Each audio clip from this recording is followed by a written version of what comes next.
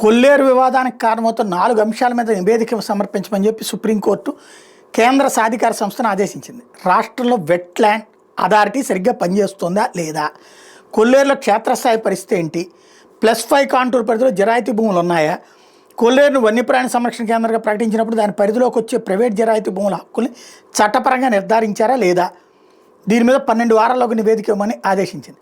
కొల్లేరు ప్రాంత జరాయితీ భూముల యజమానులు దాఖలు చేసిన ఇంప్లీడ్ పిటిషన్ మీద విచారణ జరిపిన తర్వాత జస్టిస్ గవాయ్, జస్టిస్ ఏజీ మనీహుల్తో కూడిన ధర్మాసనం ఈ మేరకు ఉత్తర్వులు ఇచ్చి తదుపరి విచారణ 12 వారాలకు వాయిదా వేసింది. అంటే 3 నెలల పాటు వాయిదా వేసింది. ఇక్కడ సమస్యల్లా ఉత్తర్వులు ఎవరైనా అమలు చేసేవాళ్ళు ఉన్నారా?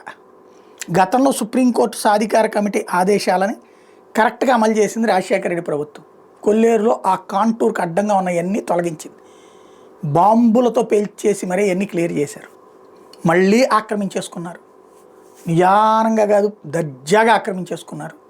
ఇప్పుడు అవి చేయగలుగుతారా?